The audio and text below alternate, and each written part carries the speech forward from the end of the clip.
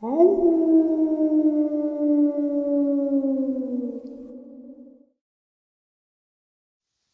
and salutations, everyone. I hope everyone is still doing well, and welcome to this night-ending bonus upload. Before we jump into it, a couple quick links.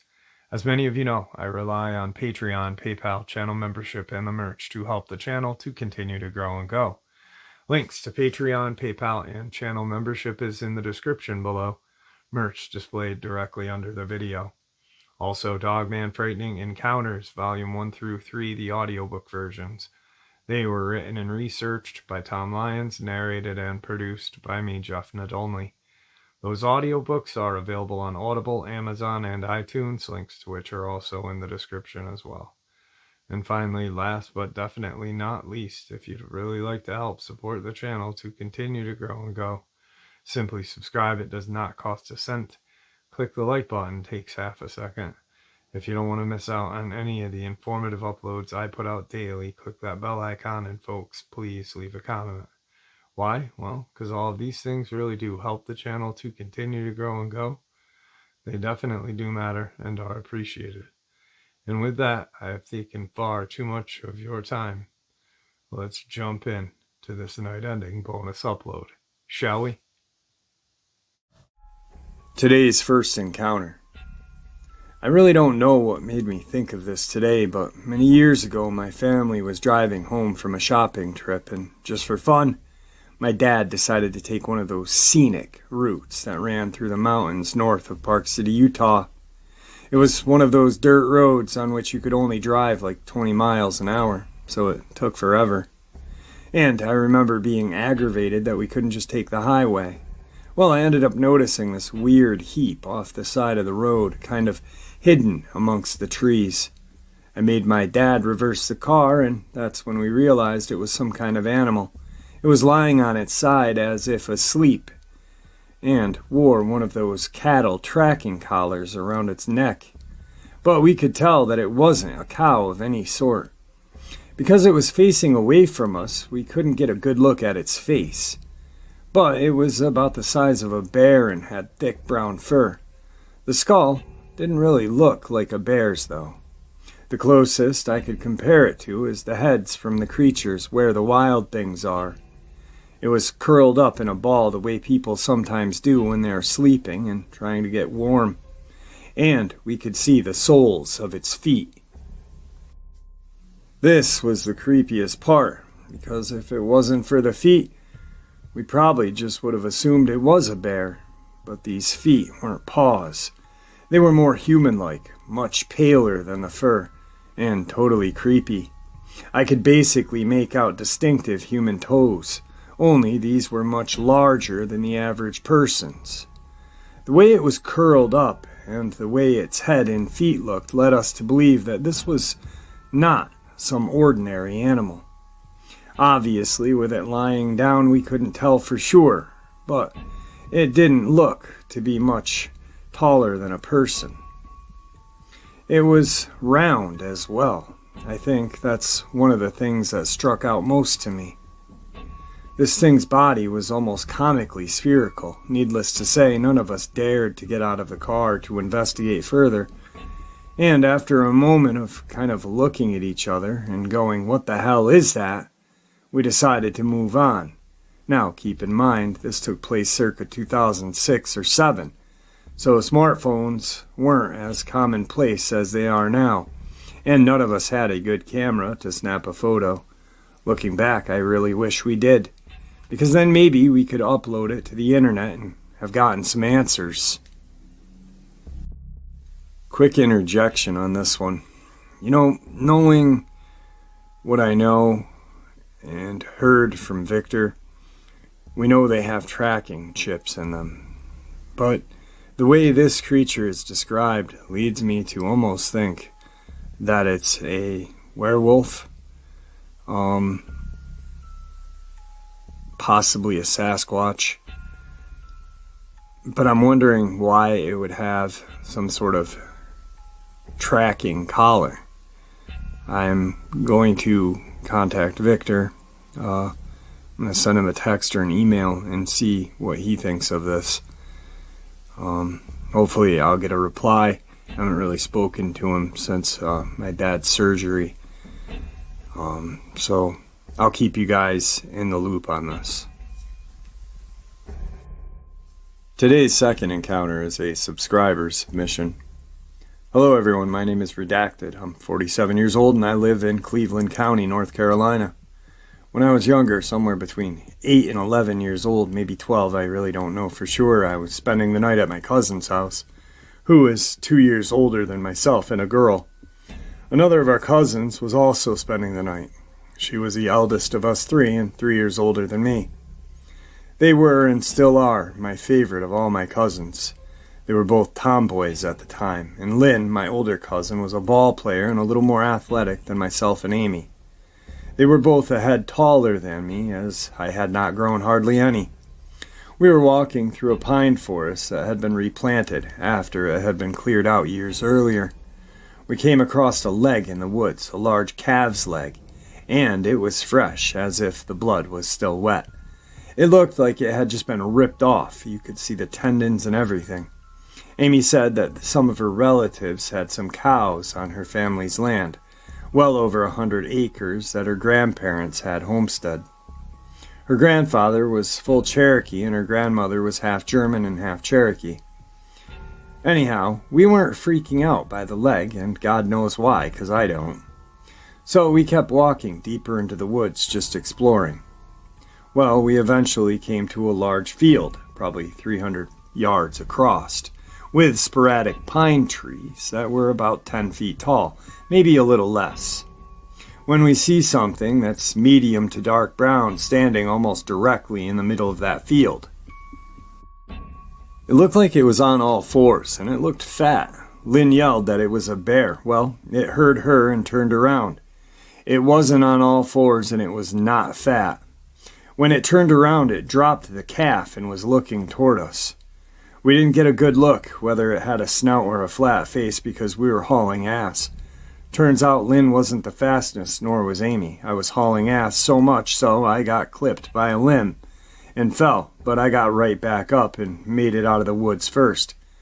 We told my mom and Amy's mom, and they told our dads when they got back from the side job upholstering recliners.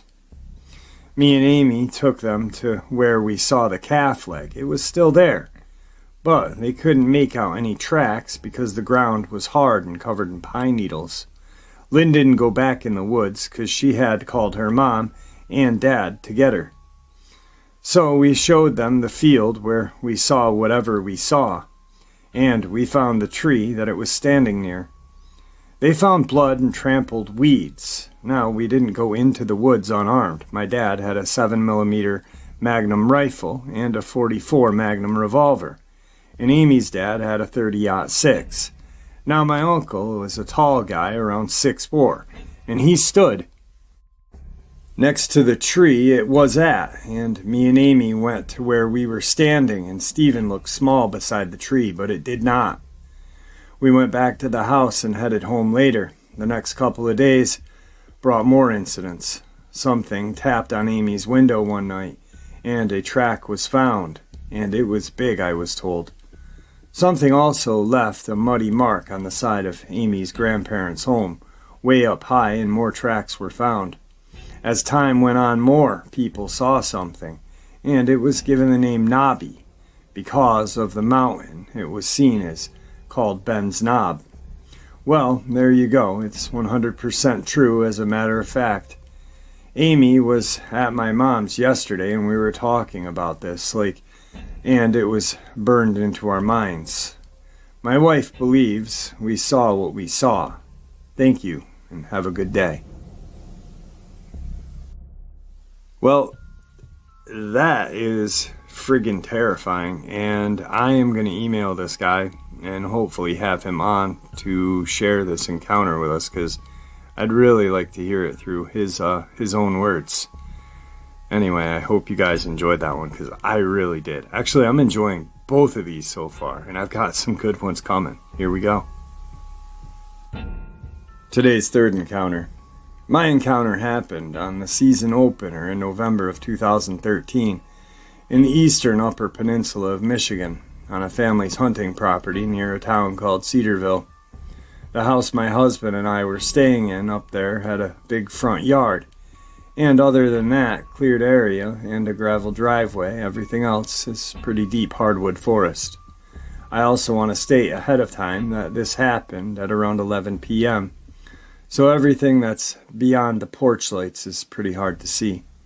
My husband and I had gone outside to have a cigarette, and we took our rifle out with us whenever we are hanging around outside because there's bear and stuff in that area.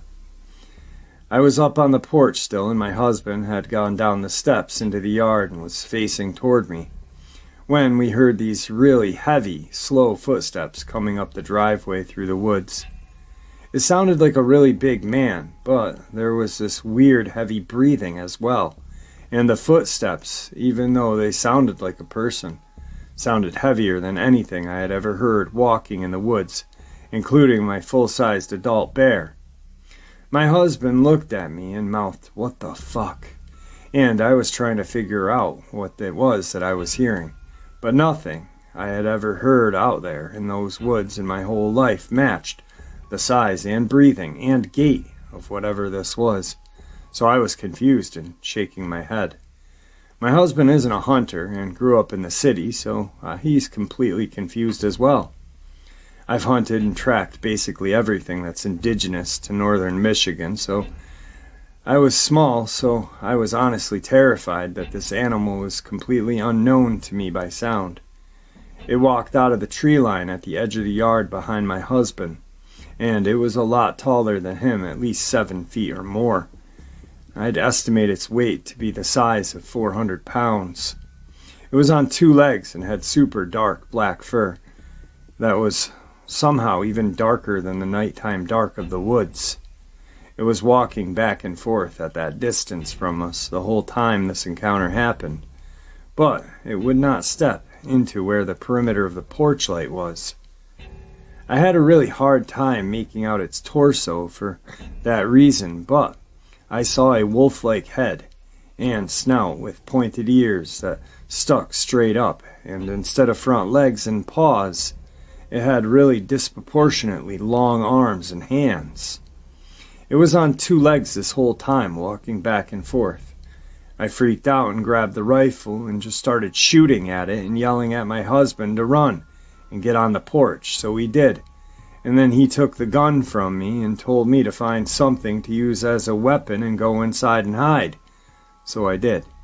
I got a big knife and went and locked myself into our bedroom closet, and I could hear my husband shooting and reloading a bunch for about 10 minutes.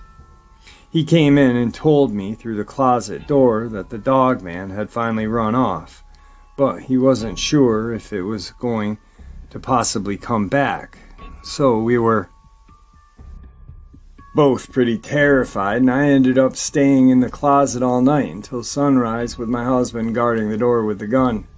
He told me that he thought I had hit it when I was shooting at the first, but the next day we couldn't find any blood or hair or anything, which I thought was weird, because I really thought I must have shot and wounded it a couple times.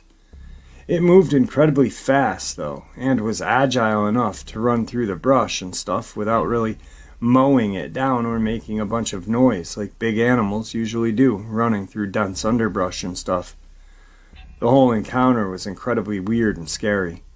My husband also said that he did see it sort of hunched over and drop onto all fours a few times while it was running back and forth on the edge of the yard. But that when it ran away for good that night, it was running insanely fast and on 2 legs like a man.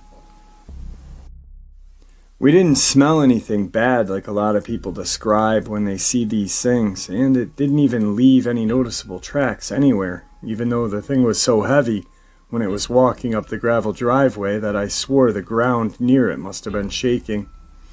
We found out later from one of the neighbors that he had seen it too, next door the winter before, when it came up on the porch of his cabin and looked in the window during a party he and his wife had been throwing. He said he heard really heavy footsteps on the porch and pulled back the curtain of the window, and this Dogman was standing there on the other side of the glass looking down at him, but that its fur was white then. I think that's probably because there was snow on the ground at this point in the year. My neighbor hollered at everyone in the cabin and told them what he had just seen, and then everyone decided to make a run for it through the woods to his mom's house next door, since her place was a lot sturdier than a hunting cabin. I've known that neighbor my whole life, practically since high school, and he would never make something up like that. He was scared, even while he was talking about it. I've also read somewhere online recently that another family about 45 miles north of our area had a bunch of livestock, like cows and horses, turn up dead and torn up by some kind of big predator, and that one of the guys in the family saw a giant upright wolf back near his hunting blind during deer season, which of course freaked me out since we had our experience on season opener.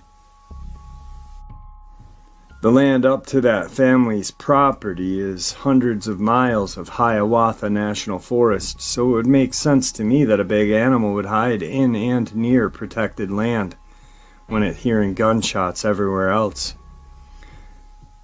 My lot and my neighbor's lot also are right alongside state land. My husband and I moved since this all happened, but the experience was so upsetting to me that I constantly research online to see if anyone else has seen this thing up north and what their encounter was like and stuff. I've even heard that there's a small pack of about 4 or 5 of them that live in state forest downstate in Isabella County that a bunch of locals in the nearby area have seen, and that somebody even saw one night at the downtown Saginaw, Michigan. What scares me about this is the fact that there is no tree cover. That's a city.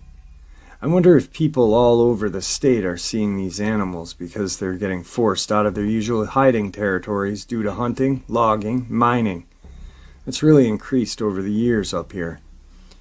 If anyone else is from Michigan and has an experience, please share, let me know.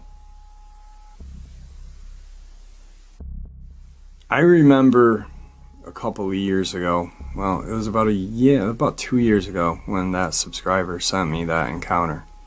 And that encounter has blown me away. It's one of those ones that stick with you. I can just imagine her being terrified in the closet. And, I mean, it's insane. It's truly insane how just, it's so much of a gut punch when you encounter one of these things. And like she said, at the end of it all, she is obsessed now. Obsessed with finding out answers. And that's what happens. One of two things. Obsession or just complete depression. Today's final encounter. Vietnam Net Bridge. Hundreds of households in Binh Dong Commune in Binh San District in Quang Gai are living in panic after mysterious footprints were seen on the sand and loud roaring sounds heard in the area. According to Ko Ten San, police chief of the Binh Dong Commune, these mysterious incidents have been occurring since May 7th at the foot of the Dinh Mountain in Sun Tre Commune. However, no one has seen the strange creature that could have caused such large footprints, measuring almost 12 to 15 centimeters. Over 20 dogs have also been killed in the area, and now 280 households of the commune are living in panic. Nguyen Thai Vic Ngag, a 70-year-old woman, was the first to find her dead dog on the night of May 7th. She said her dog was found without its head and some of its body organs.